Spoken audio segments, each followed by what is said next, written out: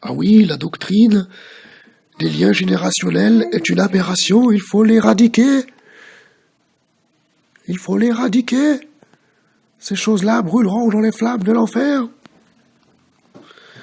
Car la parole dit que nous sommes un en Jésus-Christ et que ce n'est plus nous qui vivons, c'est lui qui vit en nous. La parole dit que nous sommes morts au péché, morts à la faute, et que nous ne sommes plus esclaves de la faute, car oui, la mort a été justifiée de la faute.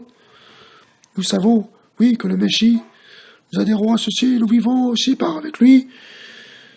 Nous savons que le Messie, après s'être réveillé d'entre les morts, oui, il ne meurt plus, la mort ne domine plus sur lui, comme sur nous d'ailleurs. Oui, un mourin, c'est à la faute qu'il est mort une fois pour toutes, ok? Nous qui sommes morts, c'est la même chose, frère. Ainsi de vous, estimez vous-même, estimez vous-même être vraiment mort à la faute, au péché, et vivant pour Elohim dans le Christ Jésus. Ainsi donc, la faute ne domine plus votre corps mortel pour obéir à ses convoitises. D'accord? Parce que les doctrines générationnelles, tout ça là, c'est pas de Dieu, hein? Ok, revenons sur un point, mes amis. Regardez, c'est écrit là. Nous avons donc été ensevelis avec lui par l'immersion dans sa mort. Et afin que comme le Messie, donc le Christ, le Messie c'est le Christ, s'est réveillé d'entre les morts par la gloire du Père, nous marchions nous aussi dans la nouveauté de la vie. Oui. Ah oui, si nous sommes devenus vivants avec lui, semblables à sa mort, nous le serons aussi à son relèvement. Nous pénétrons que le vieil homme en nous, donc le vieil homme c'est fini. Il a été crucifié pour que périsse le corps de faute et pour que nous ne soyons plus esclaves de la faute. Oui, la mort est justifiée de la faute, mais si nous sommes morts avec le Messie, nous adhérons à ceci que nous vivons aussi avec lui. Bon, tu arrêtes là, s'il te plaît. Ah, c'est pas vrai, ces gosses-là. Je joue du bruit quand on m'enseigne, là. Regardez ce qui est écrit, là. Ainsi donc, maintenant, là, on est dans Romains 8, c'était dans Romains 6. Hein. Pas de condamnation pour ceux qui sont dans le Messie Yeshua. Messie Yeshua, Christos, Yahvé Adonai. La Torah du souffle de vie qui est dans le Messie Yeshua va libérer de la Torah de faute et de mort. Car c'est impossible à la Torah, alors que sa force est réduite par la chair. Elohim l'a fait envoyer son propre fils à la ressemblance d'une chair de faute. Aussi, concernant la faute, il a condamné la faute dans la chair, afin que la justification de la Torah s'accomplisse en nous, qui ne marchons pas selon la chair, mais selon le souffle. Blablabla. Mais vous-même, vous n'êtes pas de la chair, mais du souffle. Si du moins le souffle d'Elohim vous habite, car ce qui n'a pas le souffle du Messie, donc le Saint-Esprit, n'est pas de lui.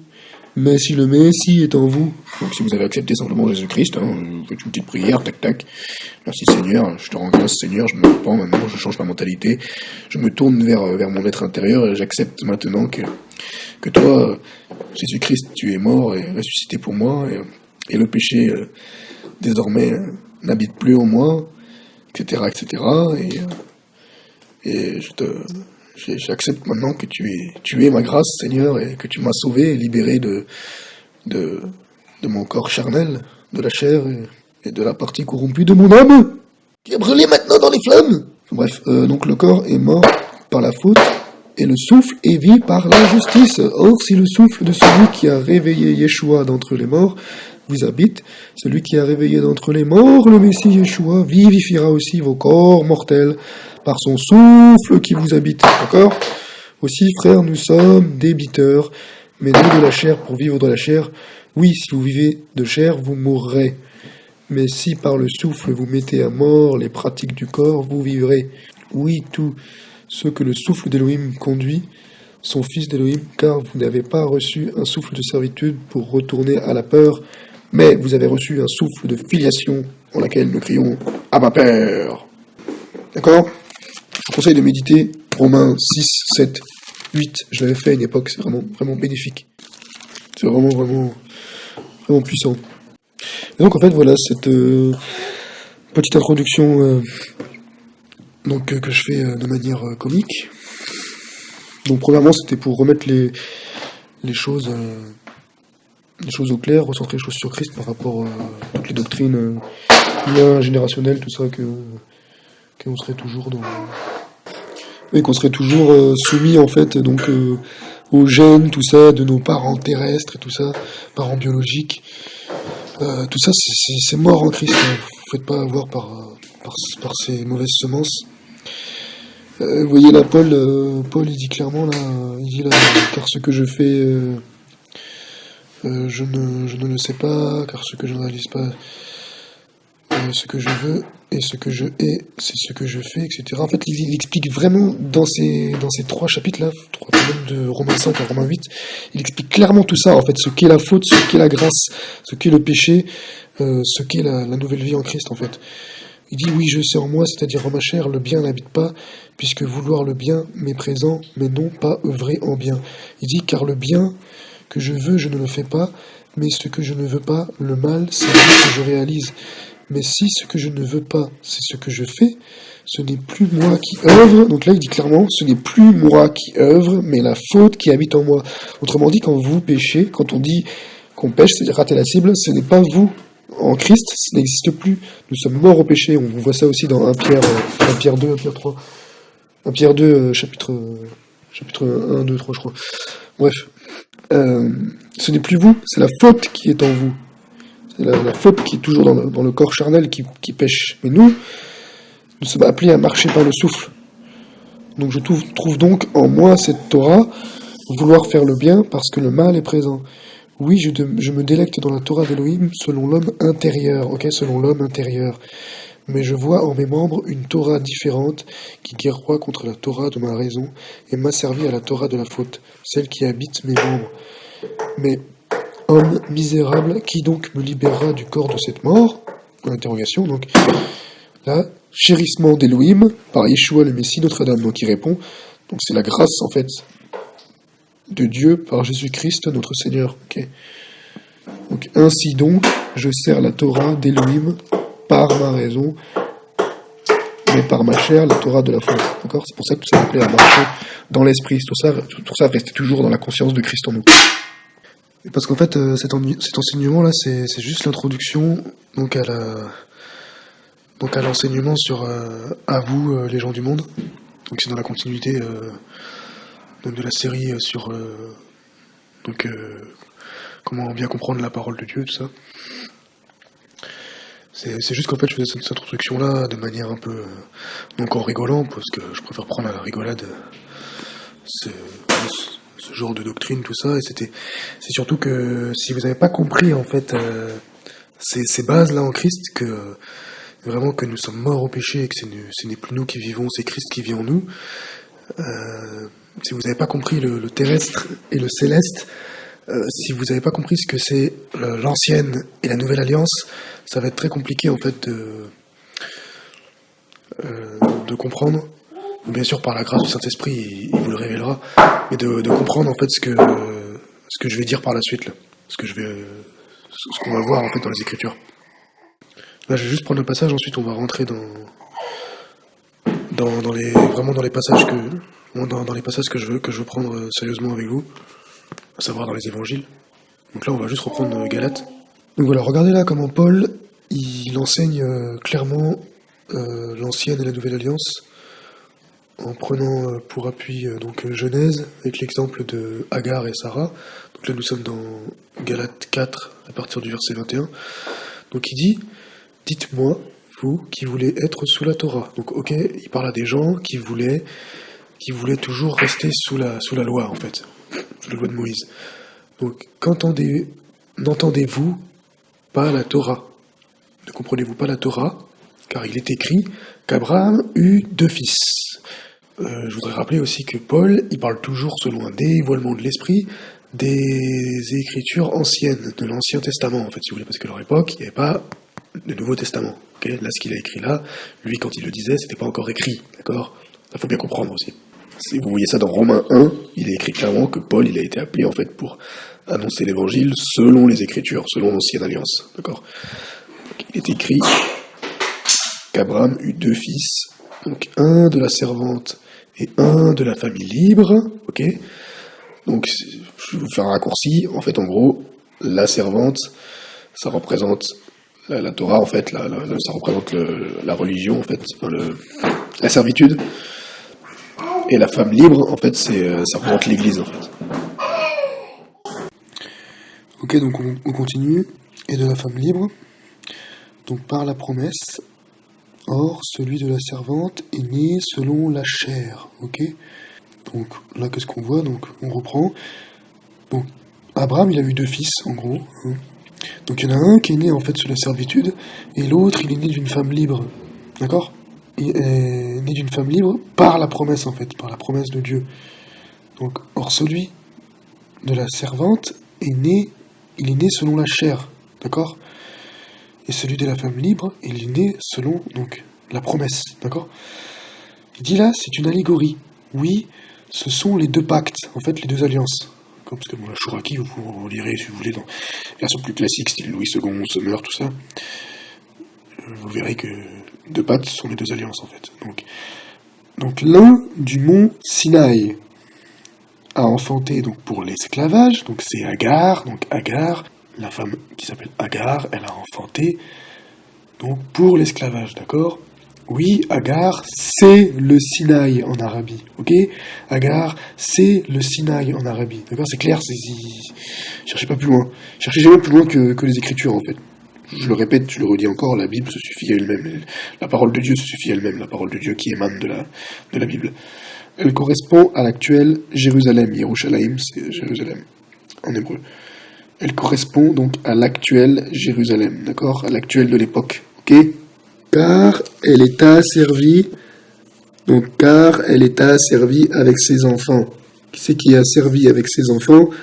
C'est l'actuelle de l'époque Jérusalem, d'accord? C'est la Jérusalem terrestre, ok? De l'époque, je parle bien de l'époque, parce que on va voir, justement, dans cet enseignement-là, c'est pour en venir au fait que la Jérusalem terrestre de l'époque, elle a été détruite. Mais la Yerushalayim d'en haut est libre, ok? C'est la Jérusalem d'en haut, elle est libre, d'accord? Et comme il y a une Jérusalem terrestre, il y a une Jérusalem céleste, d'accord? C'est l'Église, en fait. Elle est notre mère, d'accord? Notre mère, c'est l'Église. Oui, il est écrit, chante stérile qui n'a pas enfanté, éclate, chante et crie, toi qui n'as pas accouché. Oui, les enfants de la désertée sont plus nombreux que ceux de l'épouse. Là, il cite Ésaïe 54. D'accord? Ésaïe 54, verset 1. J'en avais déjà parlé dans l'enseignement que j'avais fait sur The Christmas Day, ok, sur Noël, le jour du Christ. Vous pourrez relire Ésaïe 54, du verset 1 au verset 5. Par là. Donc, il dit clairement, chante stérile, toi qui n'as pas enfanté, éclate, chante et crie, toi qui n'as pas accouché. Oui, les enfants de la désertée sont plus nombreux que ceux de l'épouse. Or, vous-même, frères, vous êtes les enfants de la promesse, selon Isaac, ok? Mais comme alors celui qui naquit selon la chair, il persécutait celui du souffle, ok? Celui de la chair, persécutait celui du souffle, ok? Le fils d'Agar, il persécutait le fils de Sarah, d'accord? Il en est ainsi maintenant aussi, c'est la même chose aussi maintenant, d'accord? Ceux qui ne connaissent pas Christ, ils persécutent l'Église. Enfin, c'est surtout ceux qui sont esclaves, en fait, c'est pas ceux qui ne connaissent pas Christ, c'est ceux qui sont esclaves toujours esclaves, qui restent, en fait, dans l'esclavage de la Torah. Ils persécutent les chrétiens qui ont la révélation de Christ en eux, en fait. La véritable Église du ciel. Voilà, je vous donne vraiment des gros raccourcis de fou, là. Mais que dit l'écrit? C'est marqué, donc que dit l'écrit? Chasse la servante et son fils. Non, certes, le fils de la servante n'héritera pas avec le fils de la femme libre. Et là, il cite Genèse 21 au verset 10. D'accord? En fait, là, le passage, là, c'est Genèse 21. Il a eu un dévoilement de Genèse 21, Paul. Je ne veux pas dire de bêtises, donc on va le prendre. Regardez là, dans Genèse 21, il est écrit clairement, en fait, il est écrit donc Yahvé Adonai, donc Dieu, en fait, il a sanctionné Sarah, comme il a dit, donc l'Éternel fait à Sarah, comme il a parlé. Enceinte, Sarah enfante Donc elle a enfanté à Abraham un fils, donc pour ses vieillissements, donc dans sa vieillesse en fait, au rendez-vous dont Elohim lui avait parlé, ok. Abraham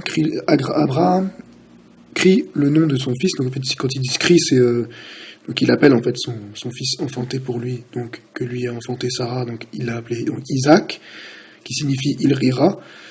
Abraham circoncis Isaac son fils à l'âge de 8 jours, comme le lui avait ordonné Elohim. Abraham est âgé de 100 ans quand Isaac son fils lui est enfanté, ok. Sarah dit Elohim m'a fait un rire, tout entendeur rira de moi.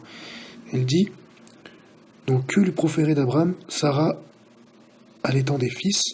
Oui, j'ai enfanté un fils pour ses vieillissements. Donc l'enfant grandit, il est sevré. Abraham fait un grand festin le jour sevrage d'Isaac, etc. Ouais. Et maintenant, donc Sarah voit rire le fils qu'Agar, la Misrite, avait enfanté à Abraham. Donc c'est la servante en fait. Donc c'est bien Agar, la servante là. Elle dit à Abraham, donc répudie cette servante et son fils, ok. Elle dit à Abraham, répudie cette servante et son fils. Et on a vu dans Galates que le fils de la servante ne peut hériter avec le fils de la promesse. La parole fait très mal aux yeux qu'Abraham, au sujet de son fils, Elohim dit à Abraham, que cela ne fasse pas mal à tes yeux, pour l'adolescent et pour ta servante. Tout ce que te dira Sarah entend sa voix. Oui, en Isaac sera crié pour toi semence, mais le fils de la servante, lui aussi, en nation je le mettrai. Oui, c'est ta semence.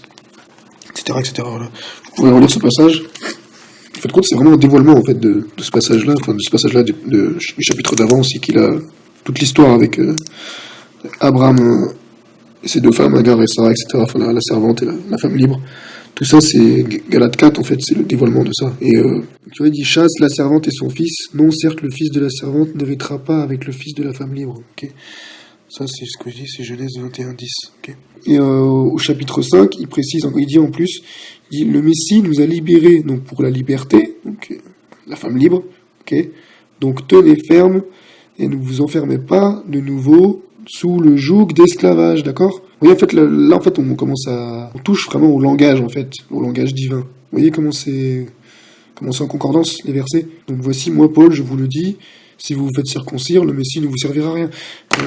Si vous faites circoncire de la chair. Voilà, donc maintenant on a vu ça, que le Saint-Esprit vraiment vous révèle ce qu'est vraiment dans l'esprit l'ancienne et la nouvelle alliance, et le terrestre et le céleste, et ce que c'est vraiment le méditer sur votre identité en Christ. Parce que maintenant en fait on va voir à quel point l'ancienne alliance a été détruite, et à quel point c'est bénéfique pour nous qui sommes de la femme libre en fait. Voilà. Donc maintenant les passages qu'on va prendre, on va en prendre 3 pour commencer. Donc on va prendre Matthieu 24. Donc Matthieu 24 en fait à partir du verset 1. Ce sera Luc, que je dise pas de bêtises, Luc 21 il me semble, et Marc. Donc voilà, donc c'est Matthieu 24, Marc 13 et Luc 21. Donc au début à peu près pour chaque chapitre. Donc là cet enseignement-là, j'avais déjà mis donc en lien donc dans certaines vidéos sous certaines descriptions donc l'enseignement d'un frère en fait par qui justement j'ai le Saint-Esprit en fait passé par lui en fait pour m'enseigner ces choses. Ça là, ce que je vais vous enseigner, c'est vraiment la base en fait, c'est la base de la base pour comprendre beaucoup de choses, et surtout pour comprendre la grâce. Comprendre la grâce et la grâce que nous avons d'être dans la nouvelle alliance, et pour sortir de la fausse doctrine de la fin des ans, tout ça là. Et pourquoi j'ai intitulé cet enseignement donc à vous les gens du monde, c'est parce qu'en fait là je vais détruire tout de suite un mythe, je sais pas comment dire, une doctrine en fait. Quand vous entendez dans les assemblées les gens du monde, ce n'est pas biblique, ce n'est pas la parole de Dieu. D'accord, il y a nulle part écrit ça, ok. Les gens du monde, dans les Écritures, je vais vous montrer ce que c'était le monde en fait, quand il était question du monde dans les Écritures, c'était le monde mosaïque, le monde israélite, ok. À l'époque, ils étaient complètement, j'ai déjà dit dans un autre enseignement que j'avais fait lors de la promenade, ils étaient méga centrés sur la Torah, sur les enseignements de Moïse, ils étaient méga centrés sur Israël, ok. Pour eux, ils voyaient que ça. Leur monde tournait autour du judaïsme et d'Israël, d'accord. de tous les territoires, en fait, de la Judée. C'était leur monde tourné sur ça. La terre, pour eux, c'était ça, en fait. Enfin, dans la plupart des versets, la terre, c'est ça. Après, bien sûr que, voilà, parfois quand il est question de la terre, c'est Eretz. Quand il est question de Eretz, c'est la terre d'Israël. Mais après, voilà, on peut voir, enfin bon, après, ça c'est... on n'en est pas là encore, mais la terre d'Israël peut refléter aussi la véritable terre sur laquelle on est. Mais en ce qui concerne la parole de Dieu, et si vous voulez comprendre vraiment l'ancienne, la nouvelle alliance, et surtout la grâce qu'on a d'être en Christ, et la grâce qu'on a, en fait, que ces choses, en fait, soient détruites, en fait, malheureusement, elles demeurent encore un peu dans l'esprit, eh bien, il vous faut vraiment comprendre ces enseignements-là que je vais faire, et sur ce qui est vraiment le monde. Donc voilà. Donc on commence. Donc premièrement, donc on va prendre le texte, donc Matthieu 24, donc du verset 1. Pour l'instant, on va aller juste au verset 3-4 par là, je pense. Donc, en fait, même on va reprendre un peu plus haut parce qu'en fait, compte, dans le chapitre d'avant, Jésus, il enseignait dans le temple, justement, dans le sanctuaire, en fait, dans le temple de... Et là, en fait, le temple dont il est question, c'est le temple de Salomon. Hein. Ok, bon, Jésus, souvent, voilà, il se rendait au temple pour enseigner les Juifs, tout ça, et pour les confondre, en fait, il leur dévoilait, en fait, des choses célestes. Le souci, c'est qu'ils n'avaient pas encore la notion, ils savaient même pas comprendre les choses terrestres. C'est pour ça qu'à un moment donné, il leur dit aussi, même à ses disciples, il leur dit, vous ne savez pas... Vous ne savez pas comprendre les choses terrestres, comment comprendrez-vous les choses célestes? Enfin, bref. Donc en fait là voilà, il sort du temple, donc Yeshua sort du sanctuaire et va. Donc ses adeptes s'approchent pour lui montrer les édifices du sanctuaire. Donc Jésus répond et leur dit: vous voyez tout cela, n'est-ce pas? Ok, vous voyez tout cela, n'est-ce pas? Amen, je vous dis, ici il ne sera laissé pierre sur pierre qui ne soit détruite. Ok. Après cela, il s'assoit sur le mont des Oliviers. Les adeptes s'approchent de lui à part et disent donc: dis-nous, quand cela sera-t-il? Quel est le signe de ton avènement et de l'achèvement de l'ère? D'autres versions disent la fin du monde. Je préfère personnellement cette version. En vérité, c'est la fin de ce système, en fait, littéralement. Yeshua répond et leur dit: prenez garde que nul ne vous égare. Oui, beaucoup viendront en mon nom et diront: moi, le Messie, ils en égareront beaucoup. Donc, maintenant, parce que c'est ce qui est important, c'est de lire les différents témoins. Parce que, comme vous savez, les évangiles, il y en a 4, donc il y a 4 témoins. Et en fait, ce qui est merveilleux, c'est qu'ils ont vu les choses d'un angle différent, en fait. Le Saint-Esprit leur a parlé de différentes manières. Ça apporte à chaque fois une petite précision. En fin de compte, la doctrine de la fin du monde, tout ça, elle est basée en partie sur ce verset-là qui dit: quel est le signe de ton avènement et de l'achèvement de l'ère? Et après, tout ce qu'il va dire, il y en a qui disent que c'est pour notre temps, tout ça, que ça va bientôt arriver. Non, moi j'étais dans ces trucs-là avant, je sais tout ça. Je connais tout ça, j'en ai déjà parlé. Maintenant, dans Marc 13 à partir du verset 1, on va voir la précision. Donc, à sa sortie du sanctuaire, c'est le même moment en fait. Donc, un de ses adeptes lui dit, donc en fait, c'est pareil. Hein. Donc, c'est pareil, c'est Christ. Hein. À sa sortie du sanctuaire, un de ses adeptes lui dit: Rabbi, regarde, donc maître, regarde. Quelle pierre, quel édifice! Donc déjà, on voit que c'est des belles pierres, des beaux édifices, en fait, dans le sens... ouais, ils sont beaux, vous lisez dans d'autres versions. Jésus lui dit: tu vois ces grands édifices. Donc il ne sera pas laissé ici pierre sur pierre qui ne soit détruite, ok? Et ensuite, voilà, pareil, il s'assoit au mont des Oliviers, en face du sanctuaire. Pierre...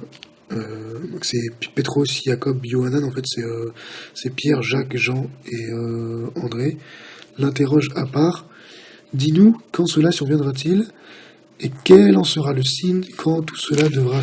Donc, il dit là: et quel en sera le signe quand tout cela devra s'accomplir? Vous voyez, là il dit pas quel sera le signe de ton avènement et de la fin du monde, de la fin des ères. Yeshua commence à leur dire: prenez garde que nul ne vous égare, vous voyez. Donc maintenant on va voir dans Luc. Donc dans Luc 21, j'avais dit, pareil, hein, sauf que là ça commence. Donc il lève le regard et voit ceux qui jettent dans le trésor du temple leurs offrandes, des riches. Ah pardon, là c'est un peu plus haut. Il voit une veuve indigente y jeter 2 centimes. Il dit: Vrai, je vous dis, cette veuve pauvre a jeté plus que tous. Oui, ceux-là ont jeté en offrande leur surplus, mais elle, dans son dénuement, a jeté tout ce qu'elle avait, sa vie. Tout ce qu'elle avait, donc elle a jeté sa vie, en fait. Parce que là, en fait, c'est juste l'intro pour montrer, en fait, c'était bien, ils étaient dans le temple, et après, ils sortent du temple, en fait. Donc certains disaient du sanctuaire, donc du temple de Salomon, je répète, hein, qu'il est orné de belles pierres et d'offrandes. Donc là, on a vraiment la précision, là. Donc il est orné de belles pierres et d'offrandes. Il dit, c'est Jésus qui parle, ce que vous voyez, des jours viendront où il ne sera laissé pierre sur pierre qui ne soit détruite. Ok ? Verset suivant. Donc il l'interroge, donc ses disciples l'interrogent et disent, Rabbi, quand donc cela surviendra-t-il ? Et quel sera le signe que cela arrivera ? Il dit, prenez garde d'être égarés. Oui, beaucoup viendra en mon nom et diront, c'est moi, et le temps approche, etc. Vous voyez, là on a, en fait compte, ici, donc on a la précision que c'est orné de belles pierres. Par contre, vous voyez, on n'a pas la précision de quel disciple il est question, quel disciple qui lui pose la question, en fait. Donc ils disent, Rabbi, quand donc cela surviendra-t-il, et quel sera le signe que cela arrivera, c'est tout. Ok ? Je reviens dans Marc, il était dit à la sortie donc, du sanctuaire, donc quelle pierre, quel édifice, donc on voit quelle pierre, quel édifice, mais on ne sait pas forcément qu'elles sont belles, c'est juste ici une exclamation, quelle pierre, quel édifice, donc on a une petite idée, mais il n'y a pas la précision, alors que dans Luc il y a la précision, vous voyez, donc Jésus lui dit, donc, tu vois ces grands édifices, il ne sera pas laissé ici pierre sur pierre qui ne soit détruit, etc., donc...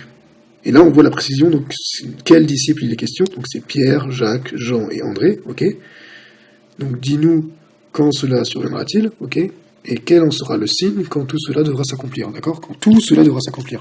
Et dans Matthieu, un des seuls passages duquel a été tiré, la fausse doctrine de la fin du monde, hein, il dit donc, sort du sanctuaire, donc Jésus sort du sanctuaire et va, donc là on a la précision déjà que c'est Jésus qui sort du sanctuaire, ok. Ses adeptes s'approchent pour lui montrer les édifices du sanctuaire, ok. Donc Jésus répond et leur dit, vous voyez tout cela, n'est-ce pas ? Ok, là, donc là on n'a pas la précision en fait qui sont beaux ces édifices, d'accord ? Dans les autres, on a dans l'évangile de Luc, on a la précision que ce sont des belles pierres, d'accord ? Donc Jésus répond et leur dit, donc vous voyez tout cela, n'est-ce pas ? Amen, je vous dis, ici il ne sera laissé pierre sur pierre qui ne soit détruite, ok ? Donc il se sur le mont des Oliviers, les adeptes s'approchent de lui à part et disent, donc dis-nous, quand cela arrivera-t-il, quel est le signe de ton avènement et de l'achèvement de l'ère ? Ok ? Alors là, souvent, là, ce qui est traduit par avènement, en fait, c'est ta présence, c'est la présence. Bon, ça sera on verra ça dans un autre enseignement. Jésus répond et leur dit, prenez garde que nul ne vous égare. Oui. Donc voilà, ça vous permet déjà de savoir une chose que moi, malheureusement, j'ai pas su, en fait, assez tôt, je pense, depuis ma conversion, c'est que les évangélistes, en fait, les 4 évangiles apportent chacun à chaque fois une précision comme ça aux paroles de Jésus. Vous voyez, parce qu'il y en a beaucoup, en fait, qui vont dire, oui, mais en fait, ils comprennent pas pourquoi ils ont pas vu la même chose, tout ça, mais c'est pas ça, en fait. C'est juste que chacun se complète, en fait. Il apporte une précision et l'esprit, en fait. Oui, donc l'esprit, il agit à travers l'Église et c'est vraiment la notion corporative, en fait, parce que nous sommes un en Christ et nous sommes un dans le corps, dans l'Église. Donc voilà, c'est fini pour l'introduction. Donc je vous laisse un peu l'eau à la bouche comme ça, mais bon, c'est nécessaire que vous méditez premièrement ces 3-4 premiers versets dans les 3 évangiles. Là. Voilà, la suite sera un peu plus complexe et beaucoup plus précise. Et on va vraiment rentrer là dans ce qui s'est passé vraiment en l'an 70, la destruction vraiment de l'ancienne alliance et la nouvelle alliance. Donc vraiment je rends gloire à Dieu de ce qu'il puisse nous permettre comme ça de nous révéler, nous dévoiler les Écritures comme ça pour ce Saint-Esprit. Merci Seigneur. Amen.